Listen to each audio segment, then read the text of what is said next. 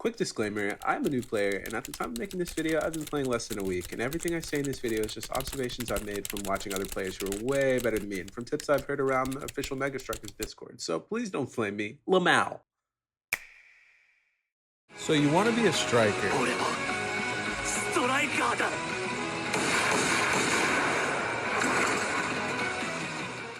Well, here are my 10 general tips for new players and rookies. First is abilities.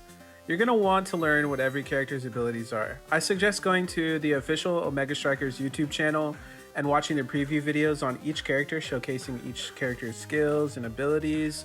I also suggest playing every character as a forward or goalie in normal or quick play mode just for fun and to get a feel of how they play against your opponents, because you'll have an easier time countering your opponent's decisions and the skills they have if you know what each character has in their kit. Another way to learn the abilities that each character has is by clicking on the striker tab in the lobby and then going to details and then hitting the overview tab to view a written description of their abilities. Speaking of abilities, when you're not hitting the core with your normal strike, you should be aware of when your skills are on cooldown. Sometimes you need to focus on KOing the other team or even putting an opponent in hit stun to help your teammates. And if all your abilities are on cooldown, it can feel like you're useless.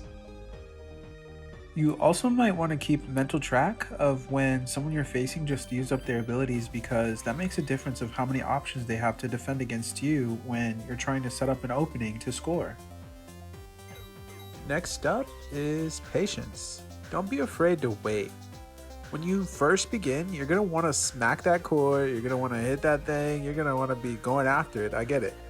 But sometimes the key of the moment is patience. If someone is standing right where you are and you're both about to normal strike, you want to be the one who hits it last. I learned this week that when you ping pong the core back and forth between you and the opponent in front of you, this is referred to as a strike war. It becomes a battle of spacing and whose normal strike cooldown is finished. In order to hit the core past the enemy team, you gotta win the strike war. One thing that I see a lot of higher elo players doing is hitting the core with the very edge of their normal strike hitbox right as they started to walk in a different direction from the core. It almost looks like they aren't gonna hit it at all, but in reality what I think they're doing is stalling for time for their cooldown to be finished by the time the opponent strikes it back towards them. So sometimes, yeah, the key is patience. And also, if your opponent has the quick strike awakening chosen and you start a strike war with them, you're probably going to lose that fight. Probably. This next one is about energy. Energy is the yellow bar underneath your health bar. You gain energy by hitting the core, hitting an opponent with an ability, or collecting the green orbs that spawn randomly across the map. You always need more energy. Energy can help you core flip, and everybody wants to core flip. Since we're talking about energy, we have to talk about elusive. Elusive is this game's mechanic for dodging attacks and having a moment of invincibility. When your yellow energy bar has started to fill, you can use the elusive to dodge things like ult or X trying to pummel you with his fists, or any brawler trying to knock you off the sides of the map, things like that. Whenever you think you're in danger of being KO'd, I would try and use your elusive. Now, I will say it uses up a third of your energy to evade any attack that comes your way. So if your energy bar drops below a third, you might not have it anymore, but it's better to be alive on the field than KO'd and your team be 2v3, right? COREFLIP! Okay. So, COREFLIP is my favorite mechanic in the game. When your energy bar is full, it turns blue, and once it's blue, your elusive becomes a powerful move that can stop the core within a circle radius around wherever your character is standing at the time. Once you trigger it, as long as the core is inside that radius, the core will flip in the air and fall back down stunned, and during this brief moment, you are the only one able to hit the core. People use this to score goals from far away. They use it to save the game at match point when an opponent is trying to score. Also when you want to shift the momentum of the match from, when the enemy team has control of the core at the moment. All in all, you'll probably encounter in your games people who go all 3 rounds during a set without using their core flip. And it will probably happen to you more than a couple of times when your teammate doesn't use it.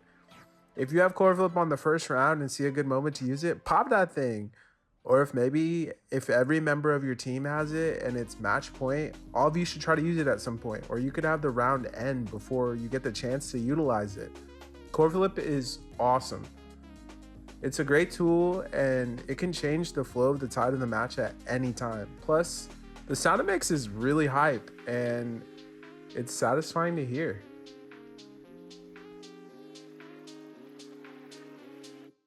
Next thing on the list is maps.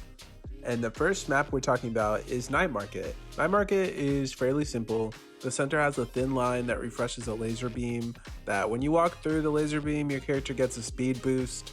Only one character can get the boost at a time, and if the core passes through the beaming light, it also gets enhanced by this speed boost. So yeah, that's Night Market.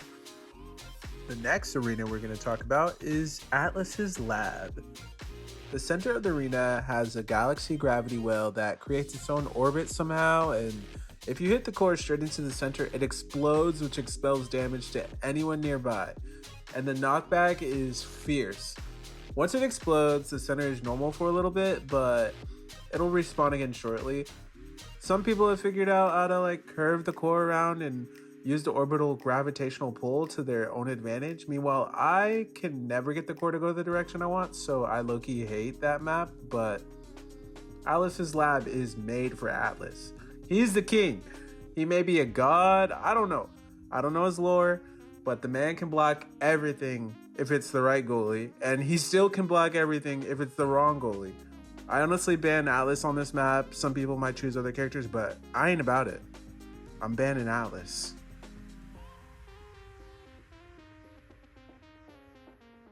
On Amy's map, we ban Rasmus. Man is a menace to society. If he sees you near the void, you're going to sleep. You're out of there. The center of the map has a hole that if you're hit towards it, you will be KO'd.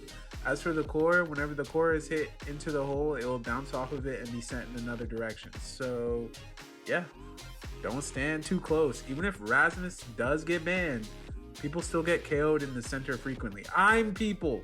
I'm the one who be dying. I be dying. The final map to discuss actually doesn't have that much to it.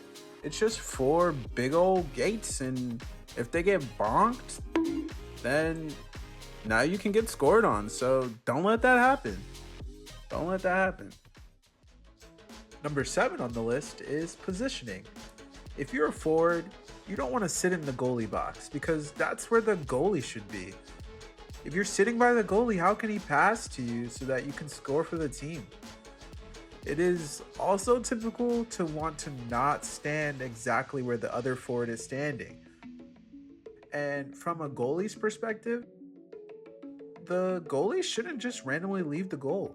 Maybe if you guys got both the goal gates open, depending on the goalie's style, they may push up forward a bit with you, but typically for the stance of the goalie, they try to position themselves to cover one of the gates because most likely, when trying to cover both the gates at the same time, that could lead to losing both of them. So rather than that, they should rely on heavily trying to protect one of them. Number 8 on the list is angles. Angles are your friend. You do not want to strike the core straight into the enemy. You want to hit it past them with angles that avoid them being able to kick it back at you, or with angles that will reflect the core in another direction that you're heading that gives you an advantage. I never cared about angles in math class, but suddenly having the vision for angles and predicting the way something would ricochet or bounce off a particular corner is actually helpful. I wonder if people who are good at pool or billiards have an easier time with hitting shots in this game, to be honest. Number 9, passing. So when it comes to passing, there are a couple different types. Passing to teammates, self passes, wall bounces with an ability, hitting the core and then blinking to the arrival of where it should meet you by the time that you finish doing your blink skill, etc. If the team going against you is showing a pattern of doubling up with their forwards on you, then pass to your teammate. Also, don't be afraid to wall bounce to yourself to give yourself more time to move through the space and also have another chance to take a shot towards the goal If there's a goalie traffic going on, you got to do something. For brawlers like Juliet, it's very common to hit the core into a nearby wall and then move forward while the core is coming back towards you in order to position yourself in a better angle to try and score. If you're an amazing blinker, self-passing with blinks is really cool, honestly. Guys, we made it. It's number 10. It's the last one. Freestyle. What I mean by this is don't get bogged down by the tier lists and the awakening charts and the meta of how people play with specific teams. Yes, that stuff is useful, and it will be used to shift how the community thinks about certain things, but try stuff out your own way. Do some fun tricks in normal mode. Try and test things out and innovate. Who cares if you own goal a couple times? Everything that is considered meta at one point was not the meta until people started doing it, right? Until multiple people have started to do it. So have fun with the game. If you get tilted, try to get less tilted between matches. And please don't verbally attack your teammates if they mess up or make mistakes. Just try to have fun. And I promise it'll be better for you. That's gonna be it for the video, guys. Thank you for watching. I go live on Twitch every week, and I have a Discord too if you ever want to hang out and play games. And in the comments, let me know what advice you would give to a beginner who's starting omegastrikers for the first time. I appreciate you all, and I'm gonna leave you with this cursed image I made today. Okay, bye.